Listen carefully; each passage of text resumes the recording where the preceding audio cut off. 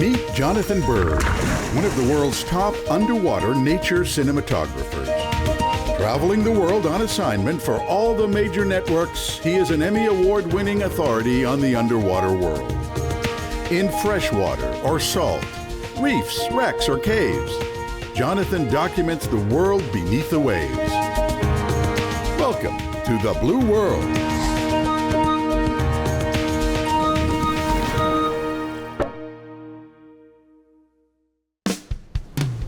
I'm heading to beautiful Burlington, Vermont on the shores of Lake Champlain. The Zacks and I, along with our new assistant diver Annalise, are going to explore some deep shipwrecks. Lake Champlain is located on the border between Vermont and New York State.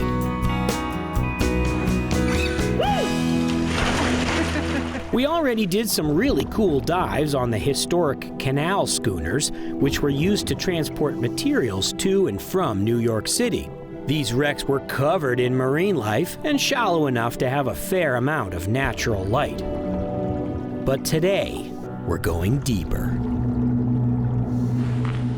Our adventure begins at Waterfront Diving Center in Burlington with our guide Sheila Cooley. Hey, good morning. Good morning. How are you? Beautiful day for a dive. Isn't it? It's raining outside, but we don't care. We're gonna get wet anyway. We got nitrox. Since we're diving on the deeper side, we're using a special breathing mixture called nitrox, which must be analyzed before the dive. We suit up and take a walk over to the marina to load the boat.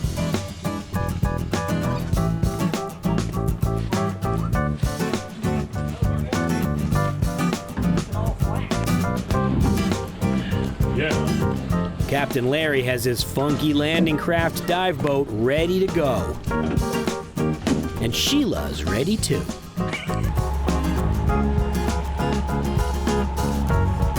It might be rainy, but there's no wind. It's nice and calm. Perfect dive day.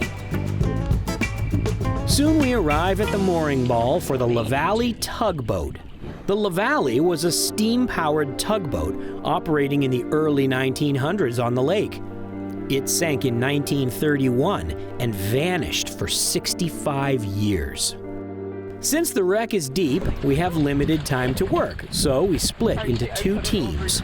We're sending the advanced team down with the lights to set them up so they're ready to go when we get down there.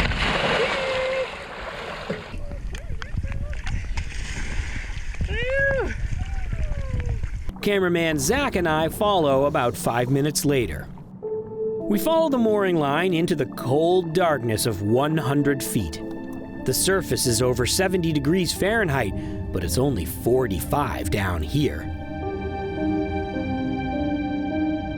Lavali is part of the Lake Champlain Underwater Historic Preserve, so we cannot go inside the shipwreck. The Lavali sank in 1931, but due to the lack of detailed records on the sinking and its depth, the wreck was not found until 1996. But the cold water down here has preserved her well. There are almost no zebra mussels on the wooden hull.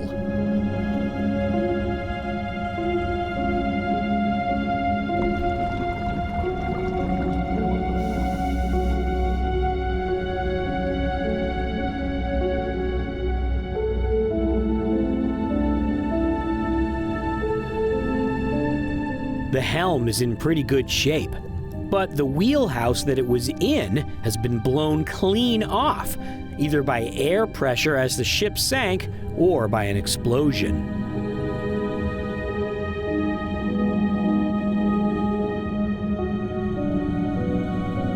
As we head towards the stern, we peek inside the doorways without going inside. This looks like a bunk room.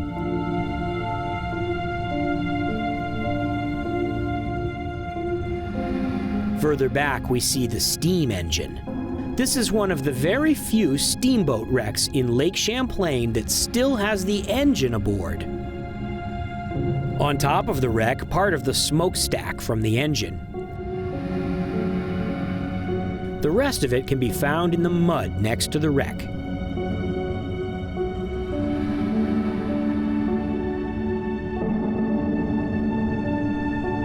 There's a huge cleat for tying up other boats to be tugged. And down on the bottom, the prop and rudder, half buried in muck.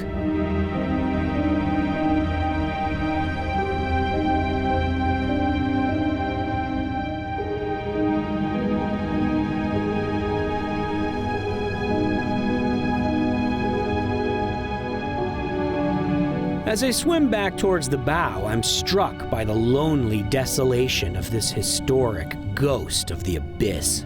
For nearly 100 years, she has quietly rested peacefully in this cold darkness. We can only spend a short time here before no decompression limits force us to ascend. We're grateful for the return of light and warmth as we make our way to the surface.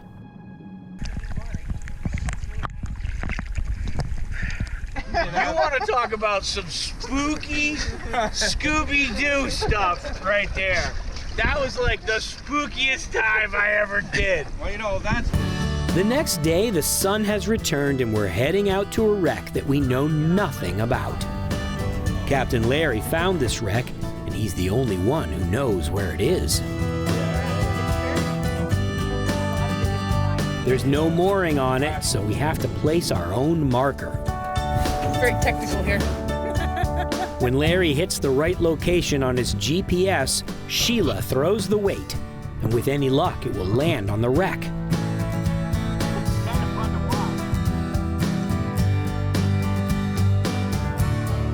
Hopefully, we bullseyed the wreck, and there's no way to know without going down to look.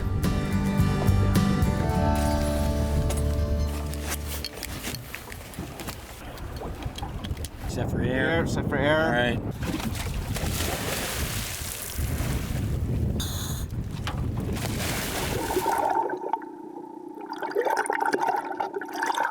We drop down through the thermocline into the cold water below. And wouldn't you know it, the marker landed right smack dab in the middle of the wreck. Sheila leads the way. All we know about this wreck is that it's a wooden barge that caught fire and sank. We don't know the name of the barge or the year it sank.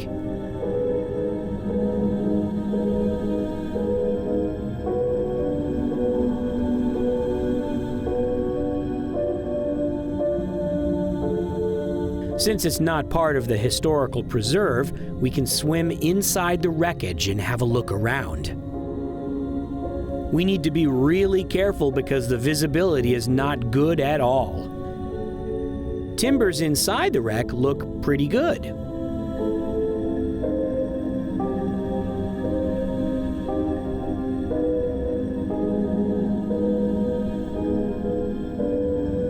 But the fire really did a number on the deck planks.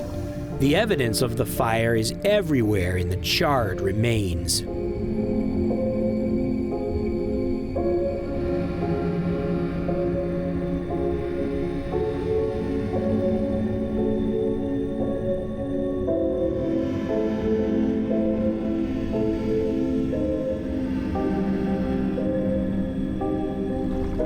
The wreck is strung with fishing line from snagged hooks, which is how the wreck was discovered.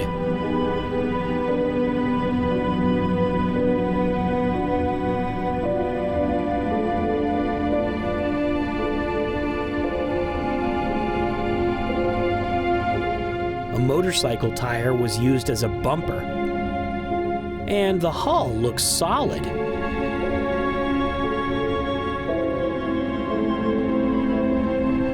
The darkness, depth, and cold water combined with murky visibility make this wreck super spooky.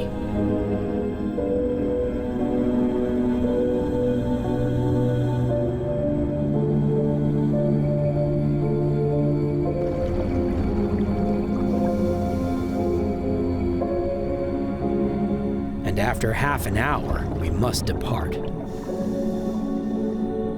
We do a short decompression stop for safety before we ascend to the surface.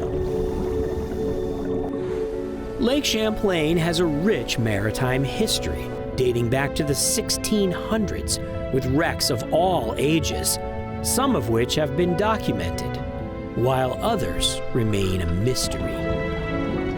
No matter where our adventures take us, we always find something fascinating in the blue world. I'm fortunate to have visited some of the best dive sites on Earth. Places like Indonesia, the Galapagos, the Caribbean, and even Antarctica. Today, I'm adding another special place to that list: Denver, Colorado. No, seriously, Zach of All Trades and I are visiting the incredible downtown aquarium in Denver to see their super cool exhibits. Denver's pretty far from the nearest ocean, but I'm pretty sure we're gonna have some amazing dives today. I meet up with Wendy Murray, the dive operations manager at the aquarium. Hello. Hey, Wendy! Welcome to the Denver Downtown Aquarium. Thanks for having me. We start our day with a tour of the aquarium, and we have the place to ourselves because they're not open to the public for another 2 hours. Our journey begins in the North America exhibit, where we meet an alligator snapping turtle. So we do have an alligator snapping turtle. We're guessing he's about 96. At 96 years old, he's one of the oldest known snapping turtles. And we have perfect timing as they're about to feed him. Oh, he sees it now. He sees it now. He's so cool. I love him. He gets his shell scrubbed occasionally just to get some of that algae off. He's got buoyancy issues. He needs a BC. There he goes. The weird thing is, they haven't named him. They have a number of exhibits containing freshwater fish of North America, like trout, salmon, and even sturgeon, and a parrot. This is Molly. Hi, Molly. She is very verbal. Molly's very verbal. Molly's daily exercise regimen involves climbing a rope. All right, All right. so there she goes. She's going to climb up that rope up to Ryan, our mammals curator. Wow, look at that. So again, this is just utilizing her muscles, some conditioning.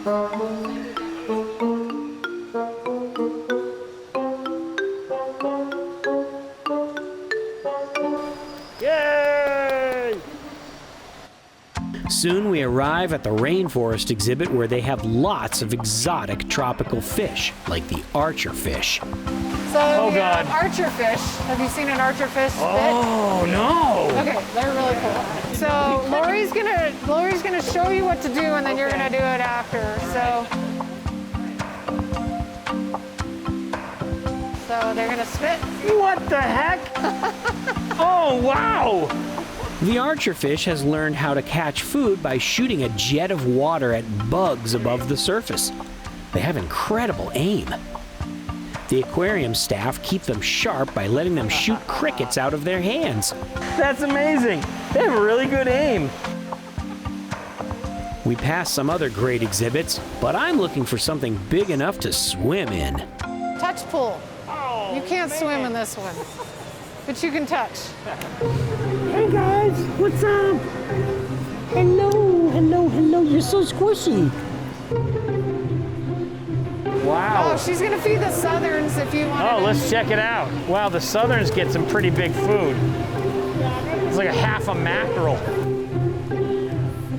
Do you want to feed the? Sure. Donuts? Okay. In between You gotta your hold it in fingers. your knuckles. Yep. All right. This touch tank exhibit allows people to get up close and personal with cow-nosed rays and southern stingrays. Good grief. Wow. Okay. You Just like that. Yeah. All right, so we're just gonna go like this. A little bit of shrimp. High. All right. Dinner is served. There you go. There you go. You got it. Okay. Here we go. Here we go. Oh, you got it. All right. Almost got my watch too. So our Wow. final large exhibit, this is the largest one that we have, and it is our Shipwreck exhibit. It's filled with huge fish, sharks, and one of my favorite creatures. Look at the sawfish. They're so big. Sawfish are so rare that I've never seen one in the wild. Unfortunately, Wendy says only the staff usually gets to dive in this exhibit, so no sawfish for me. Fortunately, we can dive in the Under the Sea exhibit, so we head upstairs and go behind the scenes to gear up.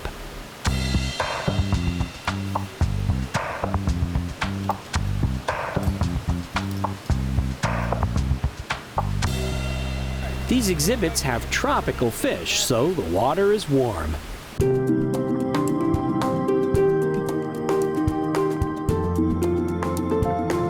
When we enter the exhibit, I can't believe how many fish there are.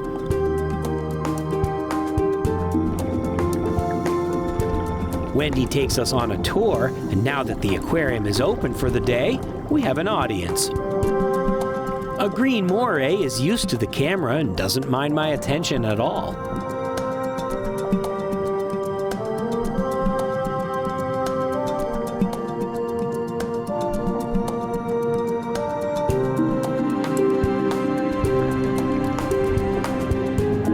A nurse shark poses for a few minutes.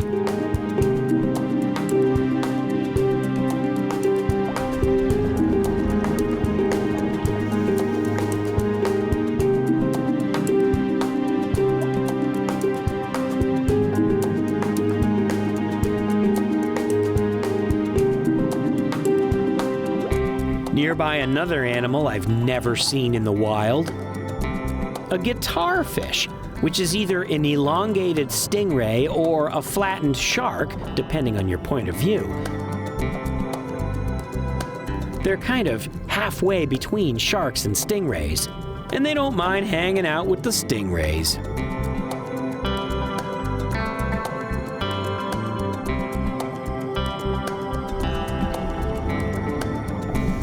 I make my way to the other side of the exhibit and find two different species of morays hanging out behind a sign.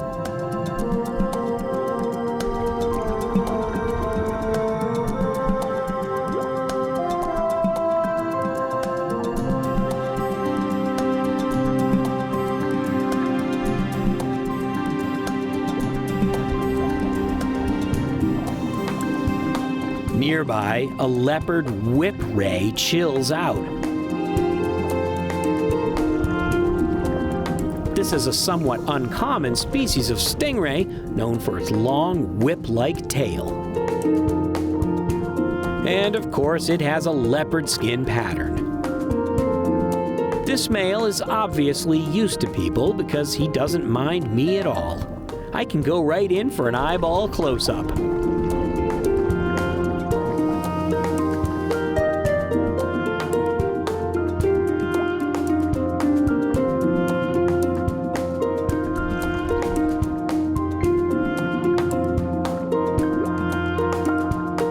That was an amazing dive with so many cool things to see. I loved it. After the dive, Wendy takes us over to the top of the Shipwreck exhibit, which is much larger. A sandbar shark buzzes right by the swim entry point. And that's when she tells us that she got permission for us to go in so we can see the sawfish. This exhibit has a sneaky entry corridor that allows the staff to enter without disturbing the marine life. We sneak around and find a nice spot to settle down and watch the action. A sand tiger shark comes over to investigate.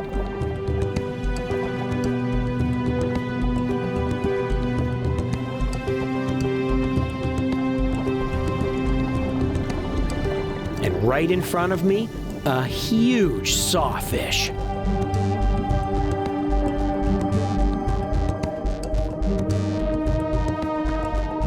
Sawfish are essentially rays. Their gills reside underneath their head just like a stingray, but they're long and skinny like a shark. So they're actually a lot like a guitar fish. But their distinguishing feature is the long rostrum with teeth arranged in a saw pattern.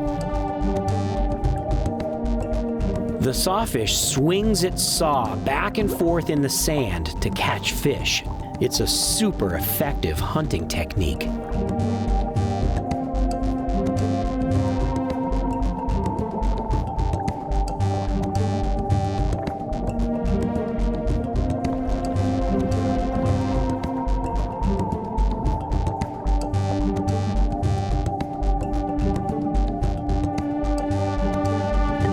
We follow Wendy around the back of the exhibit to the other side.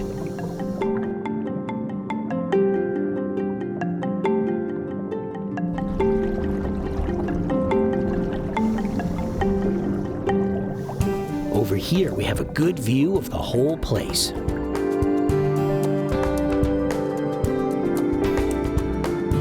A curious Napoleon wrasse comes over for a look.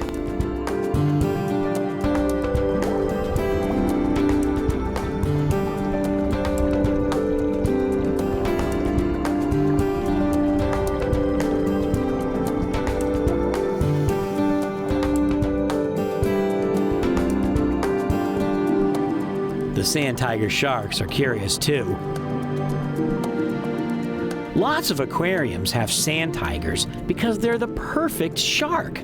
They look mean and toothy, but they're actually very mellow, and they won't eat the other fish in the exhibit as long as they're kept well fed.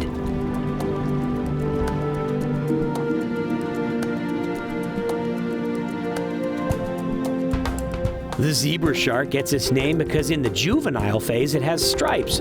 But as the shark gets older, the stripes turn into spots. The sawfish normally just lay on the bottom, but every once in a while they like to swim around for a look.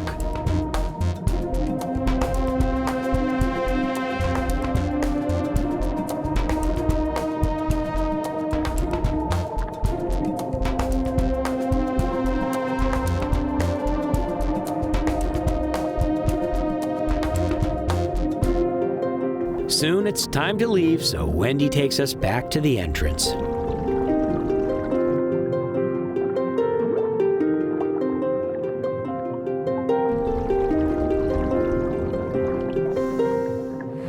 The downtown aquarium in Denver is truly one of my favorite aquariums in the world. They have such a diverse collection of incredible aquatic life to see. And it's the best ocean dive in the world, at more than 5,000 feet above sea level. Denver might be almost 1,000 miles from the ocean, but that doesn't mean you can't get a great glimpse into life in the blue world.